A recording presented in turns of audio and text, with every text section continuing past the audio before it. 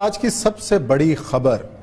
پاکستان کے خلاف ایک نئی سازش بنی جا رہی ہے اور وہ سازش آج ہم اپنے اس پروگرام کے اندر سامنے لائیں گے، اور سازش کرنے والا کون، یہ سن کر آپ کے رونگٹے کھڑے ہو جائیں گے۔ اس سازش میں شریک کیا گیا برطانیہ کے 40 اراکین پارلیمنٹ کو، اور پاکستان کے خلاف ایک رپورٹ تیار کی گئی، اور وہ رپورٹ تیار کرنے کا مقصد FATF میں پاکستان کے خلاف پابندیاں لگانا تھا۔ اور اس تمام تر سازش کے پیچھے ہمارا ازلی دشمن بھارت اور اس کے ہواری شامل ہیں، کہ FATF کے اوپر، پاکستان کے اوپر جو تلوار لٹک رہی ہے اس حوالے سے بھی منورنگ کرنا ہے۔ دیکھیے جی، FATF کا معاملہ تو آپ بخوبی سمجھتے ہیں کہ پاکستان اس وقت ایک بیرونی دباؤ میں ہے اس وقت، اور اس کو یہ جو پرسیکیوشن آف مائنورٹیز کے ساتھ ساتھ رائز آف انٹرنیشنل ایکسٹریمزم کو بھی کہا گیا ہے کہ یہ اسٹیٹ سپانسرڈ ہیں، state sponsored persecution and state sponsored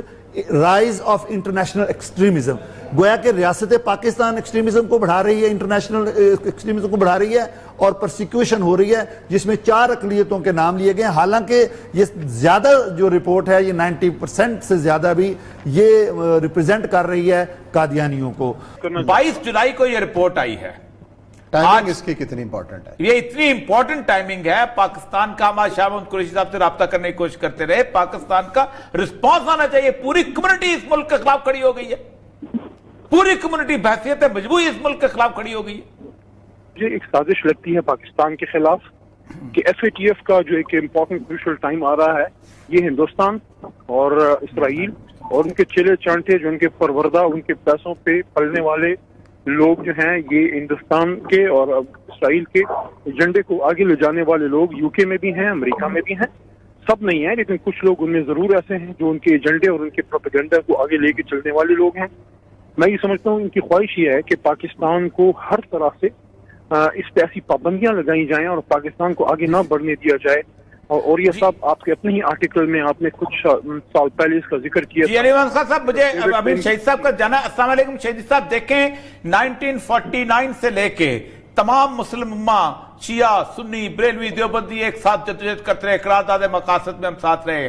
us anti Qadiani movement کے اندر ہم ساتھ رہے، ایک ساتھ ہماری آپس میں جسے کہتے ہیں کہ ایک کیفیت کے اندر ساتھ تھا۔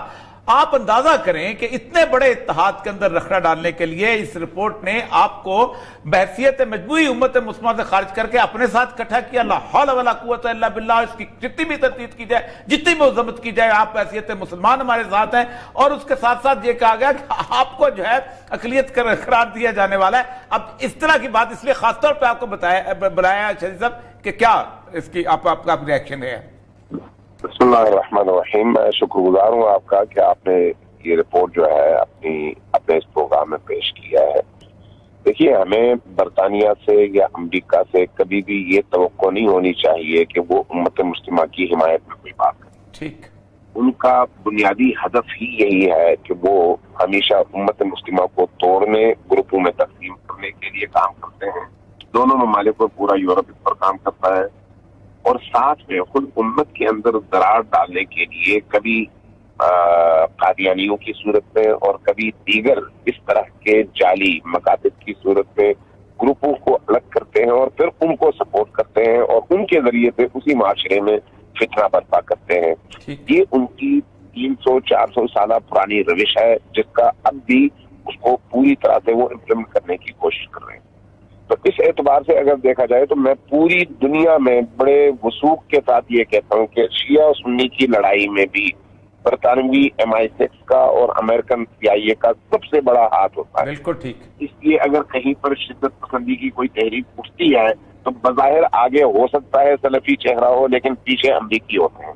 بظاہر کہیں پر اگر دھماکہ ہو تو ہو سکتا ہے وہ جو دھماکہ کر رہا ہو وہ کسی مسلمان گھرانے کا بچہ ہو، لیکن پیچھے CIA، MI6 اور موساد ہوتے ہیں۔ اس بنیاد پر اس طرح کی جو رپورٹس ہیں، اس کا بنیادی مقصد یہی ہے کہ آپ امت کو تقسیم کریں۔ شیعہ اور سنی 1400 سالوں کی پیداوار ہے، آج کی نہیں ہے، 1948 کی نہیں ہے، 1400 سالوں سے یہ دونوں مکاتب ہیں۔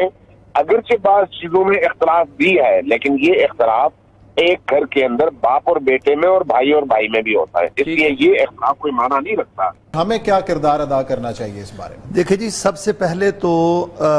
ہمیں یہ میسج باہر دینے کی ضرورت ہے کہ قادیانی یہ کہتے ہیں کہ اسٹیٹ ہے پاکستان نہ صرف ان کی بلکہ شیعہ، ہندو، عیسائی اور قادیانی 4 اقلیتوں کو انہوں نے بنا دیا، اور شیعہ کو بھی ساتھ ملا کے کہا کہ جی ان کی پرسیکیوشن اسٹیٹ سپانسرڈ ہے۔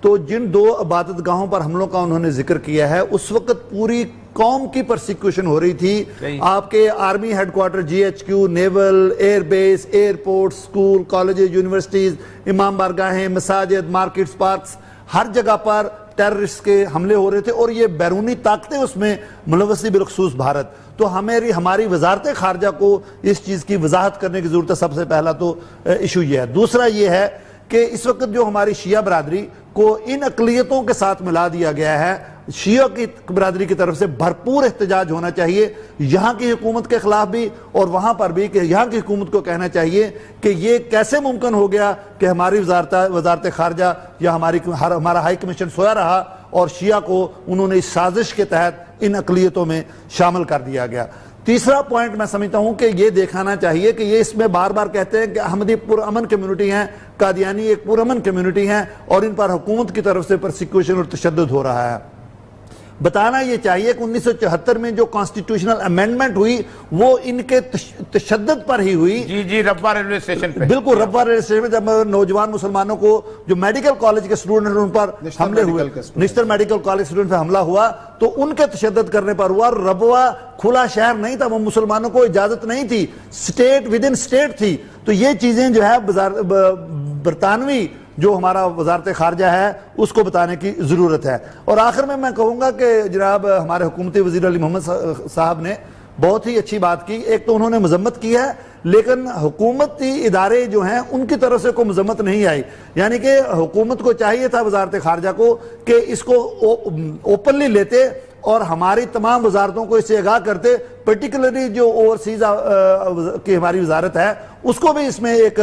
پریکٹیکل عمل کرنا چاہیے۔ بخاری صاحب کو ایکٹیو ہونا چاہیے۔ زلفی بخاری صاحب کو دوسرے کاموں سے فرصت ملے گی تو وہ ادھر آئیں گے، لیکن میں آپ کے پروگرام کے وساطے سے کہتا ہوں کہ جو ہماری اوورسیز کی وزارت ہے اس کو بھی کرنا چاہیے کام۔ اچھا یہ مجھے بتائیے گا، 2 چیزیں امپورٹنٹ۔ ایک تو یہ ہے کہ اس کی ایک ساری کی ساری اس میں 80% انفارمیشن تو ایسی ہے کہ جو بالکل کوڑے کا ڈھیر ہے، جس میں ہے ہی کوئی نہیں، کاغذ بنائے گا۔ اس کے اوپر آپ یہ سمجھتے ہیں کہ پاکستان گورنمنٹ کو باقاعدہ ایک ٹیم بنا کے اس کا جواب دینا چاہیے، اور یہاں پر بھی ہاں اگر ہم مقدمہ کرتے ہیں تو کس کے خلاف مقدمہ کرنا چاہیے، تاکہ ظاہر بات ہے اس میں دل آزاری بھی ہوئی ہے اور لوگوں کا نام بھی بدنام ہوا ہے۔ دیکھیں جی، یہاں میرے خیال میں آپ کو چاہیے کہ جو برٹش ہائی کمیشن ہے یہاں اسلام آباد کا، وزارت خارجہ کو چاہیے کہ ان کو طلب کریں اور ان سے اپنا احتجاج ریکارڈ کروائیں، پھر اس میں آفیشل پوزیشن دیکھیں کہ حکومت کے ساتھ ڈائیلاگ کس طرح کیا جاتا ہے کہ پاکستان ایک نیوکلیر سٹیٹ ہے، تو پاکستان کی ڈیمونائزیشن اور پاکستان کی اس طرح ہیوملیشن، یہ پاکستان کو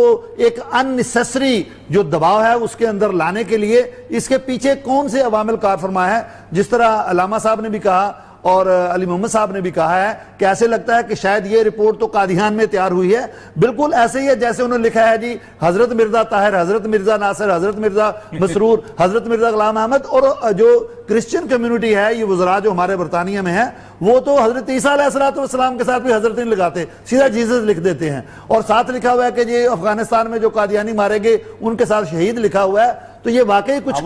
شہید نہیں کہتے تو کچھ قرائن ملتے ہیں کہ شاید یہ رپورٹ تیار کر کے دے دی گئی اور اس پر نام چھاپ دیے گئے، جس طرح افضل خان صاحب نے اس رپورٹ کو اب